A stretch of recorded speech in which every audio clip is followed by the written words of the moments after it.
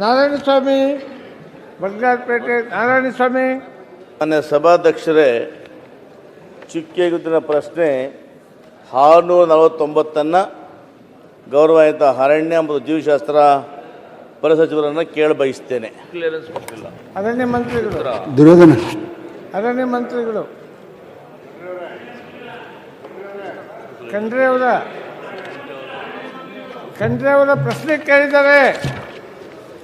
ನಾರಾಯಣಸ್ವಾಮಿ ಅವರು ಪ್ರಶ್ನೆ ಕೇಳಿದರು. ಸನ್ಮಾನ್ಯ ಸಭಾಧ್ಯಕ್ಷರೇ, ಉತ್ತರ ಒದಗಿಸಲಾಗಿದೆ. ಸನ್ಮಾನ್ಯ ಸಭಾಧ್ಯಕ್ಷರೇ, ಉತ್ತರ ಒದಗಿಸಿದ ಅಧ್ಯಕ್ಷರೇ ಅವರೀಗ ಅರಣ್ಯಗಳಲ್ಲಿ 6 ವಿಧ ಅಂತ ಹೇಳ್ತಾರೆ. ಒಂದು ಮೀಸಲು ಅರಣ್ಯ, ಗ್ರಾಮ ಅರಣ್ಯ, ರಕ್ಷಿತ ಅರಣ್ಯ, ಸೆಕ್ಷನ್ 4ರ ಅಡಿಯಲ್ಲಿ ಅರಣ್ಯ, ವರ್ಗೀಕರಿಸಿದ ಅರಣ್ಯ, ಪರಿಭಾವಿತ ಅರಣ್ಯ ಅಂತ ಹೇಳ್ತಾರೆ. ಅಧ್ಯಕ್ಷರೇ ನಾನು ಕೋಲಾರ ಜಿಲ್ಲೆಗೆ ಸಂಬಂಧಪಟ್ಟ ಮಾತ್ರ ಮಾತಾಡ್ತೇನೆ. ನಮ್ಮ ಕೋಲಾರ ಜಿಲ್ಲೆಯಲ್ಲಿ ಹೇಳ್ಬೇಕಾದ್ರೆ ಗ್ರಾಮ ಅರಣ್ಯ ಅಂತಿದೆ ಅಧ್ಯಕ್ಷರೇ. ಗ್ರಾಮ ಅರಣ್ಯವನ್ನು ಇವರು 545.65 ಹೆಕ್ಟೇರ್ ಅಂತ ಹೇಳ್ತಾರೆ ಅಧ್ಯಕ್ಷರೇ. ನಾನು ಒಂದು ಮಾತು ಕೇಳ್ತೀನಿ, ಗ್ರಾಮ ಅರಣ್ಯವನ್ನು ಹಿಂದೆ ಯಾವ ಆಧಾರದ ಮೇಲೆ ತಾವು ಮಾಡಿದ್ದೀರಿ? ಗ್ರಾಮ ಅರಣ್ಯದಲ್ಲಿ ಇವತ್ತೇನು ಎಕ್ಸ್ಟೆಂಟ್ ಇದೆ, ಆ ಗ್ರಾಮ ಅರಣ್ಯದಲ್ಲಿ ಅಧ್ಯಕ್ಷರೇ ಆ ಗ್ರಾಮಗಳ ಪಕ್ಕದ ಇರ್ತಕ್ಕಂಥ ಮಧ್ಯೆ ಒಂದೇ ಒಂದು ನಂಬರನ್ನು ತಗೊಳ್ತಾರೆ. ಅಂದರೆ ಉದಾಹರಣೆಗೆ ಅಲ್ಲಿ ಆ ಗ್ರಾಮದಲ್ಲಿ 100 ನಂಬರ್ ಇದ್ದರೆ 1 ನಂಬರನ್ನು ಮಾತ್ರ ಗ್ರಾಮ ಅರಣ್ಯ ಅಂತ ಮಾಡ್ತಾರೆ. ಅದು ಮಾಡಿ ಆ ಸುತ್ತಮುತ್ತ ಕೂಡ ಯಾವುದೇ ಒಂದು ಅರಣ್ಯಕ್ಕೆ ಸಂಬಂಧಪಟ್ಟಂತಹ ಕುರುಹುಗಳು ಇರೋದಿಲ್ಲ. ಆ ಅವ್ರು ನೋಟಿಫಿಕೇಶನ್ ಮಾಡಿಕೊಡ್ತಾರೆ, ಅಲ್ಲಿಂದ ಇಲ್ಲಿ ತನಕ ಒಂದು ಬಾರಿ ಕೂಡ ಅರಣ್ಯ ಇಲಾಖೆ ಆ ಜಮೀನನ್ನು ಸ್ವಾಧೀನಪಡಿಸ್ಕೊಂಡಿರೋದಿಲ್ಲ. ಅಧ್ಯಕ್ಷರೇ, ಅಲ್ಲಿ ಯಾವುದೇ ಗಿಡ ಮರ ಇರೋದಿಲ್ಲ. ಇದರೊಟ್ಟಿಗೆ ಅಧ್ಯಕ್ಷರೇ ಆ ಗ್ರಾಮ ಅರಣ್ಯದ ಭೂಮಿಯನ್ನು ಗೋಮಾಳ ಅಂತ ಇರ್ತದೆ. ಆ ಗೋಮಾಳವನ್ನು ಸುಮಾರು 1940 ಇಸ್ವಿಯಿಂದ ಇಲ್ಲಿ ತನಕ ಮಂಜೂರು ಮಾಡ್ತಾ ಬರ್ತಾ ಇದ್ದೇವೆ. ಆ ರೈತರು ಸ್ವಾಧೀನದಲ್ಲಿದ್ದಾರೆ, ಆ ರೈತರು ಬೆಳೆ ಮಾಡ್ತಾ ಇದ್ದಾರೆ. ಇತ್ತೀಚೆಗೆ ಇವರು ಹೋಗ್ಬಿಟ್ಟು ಗ್ರಾಮ ಅರಣ್ಯ ನಮ್ಮ ಜಮೀನನ್ನು ಖಾಲಿ ಮಾಡಿ ಅಂತ ಹೇಳ್ತಾರೆ. ಅಧ್ಯಕ್ಷ, ನಾನು ಸ್ಪಷ್ಟವಾದ ಒಂದು ಪ್ರಶ್ನೆ ಕೇಳ್ತೀನಿ. ನನ್ನ ಜಿಲ್ಲೆಯಲ್ಲಿ ಭಾಳಷ್ಟು ಕಷ್ಟಕ್ಕೆ ಬಂದು ತಾವೆಲ್ಲ ನೋಡಿರ್ತೀರಿ, ಪತ್ರಿಕೆಗಳಲ್ಲಿ ಆ ಒಂದು DCF ವಿರುದ್ಧ ಮಾತಾಡ್ತಕ್ಕಂಥದ್ದು, ಸಭೆಗಳ ಸಚಿವರೇ ಶಾಸಕರೇ ಮಾತಾಡ್ತಕ್ಕಂಥದ್ದು ಇವೆಲ್ಲ ಆಗ್ತವೆ. ಯಾಕೆಂದರೆ ಗೊಂದಲ. ಆಮೇಲೆ ಒಟ್ಟಿಗೆ ಉತ್ತರ ಕೊಡಲಿ ಅಧ್ಯಕ್ಷರೇ. ಎರಡನೇದಾಗಿ ಅವರು ನಮ್ಮ ಸಾಹೇಬ್ ಹೇಳ್ತಾರೆ, ಈ ವರ್ಗೀಕರಿಸಿದ ಅರಣ್ಯ ಅಂತ ಹೇಳ್ತಾರೆ. ಅಧ್ಯಕ್ಷರೇ, ಈ ಅರಣ್ಯ ಏನಿದೆ ಅಧ್ಯಕ್ಷರೇ, ಈ ಅರಣ್ಯಕ್ಕೆ ಒಂದು ನಮ್ಮ ಸುಪ್ರೀಂ ಕೋರ್ಟ್ ಒಂದು ಪರಿಭಾವಿತ ಅರಣ್ಯ, ಇದಕ್ಕೆ ಸುಪ್ರೀಂ ಕೋರ್ಟ್ ಒಂದು ಗೈಡ್ಲೈನ್ಸ್ ಮಾಡಿದೆ ಅಧ್ಯಕ್ಷರೇ. ಅಂದರೆ ಅಲ್ಲಿ ಕ್ರೈಟೀರಿಯಾ ಹೇಗಿರಬೇಕು ಅಂದರೆ 1 ಹೆಕ್ಟೇರ್ಗೆ 1 ಹೆಕ್ಟೇರ್ ಅಂದರೆ 2 ಎಕರೆ 18 ಗುಂಟೆಗೆ ಕನಿಷ್ಠ ಪಕ್ಷ 50 ಮರಗಳ ದಟ್ಟಣೆ ಇರಬೇಕು. ಅಂದರೆ ಆ ಮರಗಳ ವ್ಯಾಸ ಎಷ್ಟಾಗುತ್ತೆ ಅಂದರೆ 30 ಸೆಂಟಿಮೀಟರ್ಗಿಂತ ದಪ್ಪ ಮರಗಳಿರಬೇಕು. ದಪ್ಪ ಮರಗಳಿದ್ದು ಸುಮಾರು 1 ಹೆಕ್ಟೇರ್ನಲ್ಲಿ ಅವರಿಗೆ 50 ಮರ ಇದ್ದರೆ ಮಾತ್ರ ಅದನ್ನು ನೀವು ಪರಿಭಾವಿತ ಅರಣ್ಯ ಅಂತ ಭಾವಿಸಬೇಕು. ಆದರೆ ಆ ಥರದ್ದು ಯಾವುದು ಇಲ್ಲವೇ ಇಲ್ಲ. ಅರಣ್ಯನೂ ಇಲ್ಲ, 30 ಸೆಂಟಿಮೀಟರ್ ಮರನೂ ಇಲ್ಲ, ಆ ಹೆಕ್ಟೇರ್ 50 ಮರನೂ ಇಲ್ಲ. ನಿಮ್ಮ ದಾಖಲೆಗಳು ನೀವು ಪರಿಭಾವಿತ ಅರಣ್ಯ ಅಂತೇಳಿ 4986 ಹೆಕ್ಟೇರನ್ನು ನನ್ನ ಜಿಲ್ಲೆಯಲ್ಲಿ ಗುರುತು ಮಾಡ್ಕೊಂಡಿದ್ದೀರಿ ಅಧ್ಯಕ್ಷರೇ. ಸಚಿವ ಉತ್ತರ ಕೊಡ್ತಾರೆ.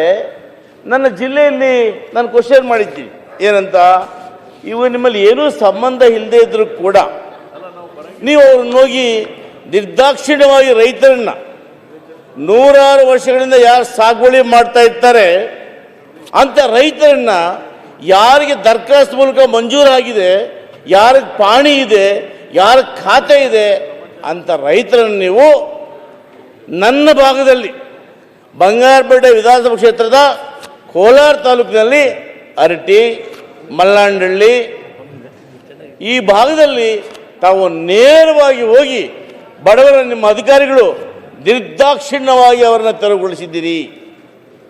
ತಾವು ಹೇಳ್ತೀರಿ ಏನಂತ, ನಾವು ಜಂಟಿ ಸರ್ವೆಯನ್ನು ಮಾಡ್ತೇವೆ. ಕಂದಾಯ ಇಲಾಖೆ, ಅರಣ್ಯ ಇಲಾಖೆ ಎರಡೂ ಜಂಟಿ ಸರ್ವೆ ಮಾಡಿ ತದನಂತರ ನೋಟಿಸನ್ನು ಕೊಟ್ಟು ಖಾಲಿ ಮಾಡಿಸ್ತೀವಿ ಅಂತ ಹೇಳ್ತೀರಿ.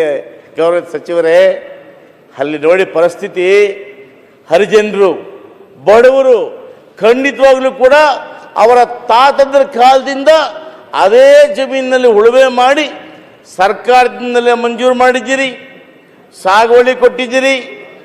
50 ವರ್ಷಗಳು ಹೆಚ್ಚು ಅವರ ಹೆಸರಲ್ಲಿ ಪಾಣಿ ಖಾತೆ ಇದೆ ಅಧ್ಯಕ್ಷರೇ. ಅಂಥ ಜಮೀನುಗಳಂತಾವು ನಿರ್ದಾಕ್ಷಿಣ್ಯವಾಗಿ ಖಾಲಿ ಮಾಡಿಸಿದ್ದೀರಿ. ನನ್ನ ತಾಲೂಕಲ್ಲಿ ನಾನೇ ಉದಾಹರಣೆ. ಅದಕ್ಕೆ ತಾವು ಹೇಳ್ತಾ ಉತ್ತರ ಕೊಡ್ತೀರಿ ಯಾವುದು ಖಾಲಿ ಮಾಡಿಸಿಲ್ಲ ಅಂತ. ಅಧ್ಯಕ್ಷ, ಇನ್ನು ಮುಂದುವರೆದು ಹೇಳ್ತೀರಿ ಖಾಲಿ ಮಾಡಿಸಿದ್ರು. ಅವ್ರು ಬಂದು ಪಾಪ ರೈತರೆಲ್ಲ ಜಿಲ್ಲಾಧಿಕಾರಿ ಕಚೇರಿ ಮುಂದೆ, DCF ಕಚೇರಿ ಮುಂದೆ ಧರಣಿ ಮಾಡಿದರು ಅಧ್ಯಕ್ಷರೇ. ಆದರೆ ನಾನು ಮತ್ತೆ ಮಧ್ಯಪ್ರವೇಶ ಮಾಡಿ ಜಂಟಿ ಸರ್ವೆ ಮಾಡಿದೆ ಅಧ್ಯಕ್ಷರೇ. ಜಂಟಿ ಸರ್ವೆಯಲ್ಲಿ ಇವನು ಏನು ಒಕ್ಕಲೆಬ್ಬಿಸಿದ್ರು ಆ ಜಮೀನುಗಳಿಗೂ ನಿಮಗೂ ಸಂಬಂಧ ಇಲ್ಲ. ಇವತ್ತು ನಾನು ಕೇಳ್ತೇನೆ ಸರ್ಕಾರವನ್ನ, ನೀವು ಬಡವರು 1 ವರ್ಷ ಬೆಳೆ ಮಾಡದೆ ಅವರ ಜೀವನೋಪಾಯಕ್ಕೆ ನೀವು ಮಣ್ಣಾಕಿದ್ರಲ್ಲ, ಅದಕ್ಕೆ ಯಾರು ನೀವು ಹೊಣೆನಾ, ನಿಮ್ಮ ಅಧಿಕಾರಿಗಳು ಹೊಣೆನಾ? ಮತ್ತೆ ನಿರ್ದಾಕ್ಷಿಣ್ಯವಾಗಿ ನಿಮ್ಮಲ್ಲಿ ಕಾನೂನು ಇದೆ ಅಂತೇಳಿ ಇಷ್ಟ ಬಂದಂಗೆ ಮಾಡ್ತಕ್ಕಂಥದ್ದು ಖಂಡಿತ ಕೂಡ ಸಮಂಜಸ ಅಲ್ಲ. ಆ ಬಗ್ಗೆ ಉತ್ತರ ಕೊಡಬೇಕು ಅಧ್ಯಕ್ಷರೇ. ಮುಂದುವರೆದು ಹೇಳ್ತೀರಿ ಅಧ್ಯಕ್ಷರೇ, ಒಂದು ಜಮೀನನ್ನ ಸರ್ಕಾರವೇ ಮಂಜೂರು ಮಾಡಬೇಕಾದಾಗ ಅದ್ರ ಉತ್ತರ ಕೊಟ್ಟ ಮೇಲೆ ಅಲ್ಲಲ್ಲ ನಾರಾಯಣ ಸ್ವಾಮಿ ಅವರೇ, ಇರಿ ಬಂದೆ. ಇಲ್ಲ ಅಧ್ಯಕ್ಷರೇ, ಯಾರು ಪ್ರಶ್ನೆ ಅಲ್ಲ, ಕೇಳಿದಿರಿ, ನಾವು ಪ್ರಶ್ನೆ ಕೇಳ್ತಾ ಇದ್ದೀನಿ. ಕೊಟ್ಟ ಮೇಲೆ ಮತ್ತೆ ಕೇಳಿದ್ರಿ. ಇಲ್ಲ ಒಟ್ಟಿಗೆ ಹೇಳ್ಬಿಡ್ಲಿ ಅವರು, ಮತ್ತೆ ಕೇಳ್ತೀನಿ ನಾನು. ಅಧ್ಯಕ್ಷರೇ, ನಾವು ಆ ಜಮೀನನ್ನ ಸರ್ಕಾರನೇ ಮಂಜೂರು ಕೊಟ್ಟಿರುತ್ತೆ ಅಧ್ಯಕ್ಷರೇ.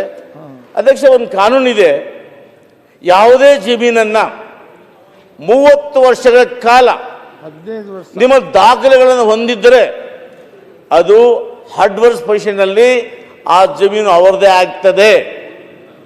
ಇಂಥ ಸಂದರ್ಭದಲ್ಲೂ ಕೂಡ ನೀವು 100 ವರ್ಷಗಳಿಂದ ಸ್ವಾತಂತ್ರ್ಯ ಜಮೀನನ್ನು ಬಂದು ಒಕ್ಕಲೆಬ್ಬಿಸ್ತೀರಲ್ಲ, ಇದು ಸರಿನಾ ಅಧ್ಯಕ್ಷರೇ? ಇದು ಖಂಡಿತ ಕೂಡ ಇದು ಸಮಂಜಸ ಅಲ್ಲ.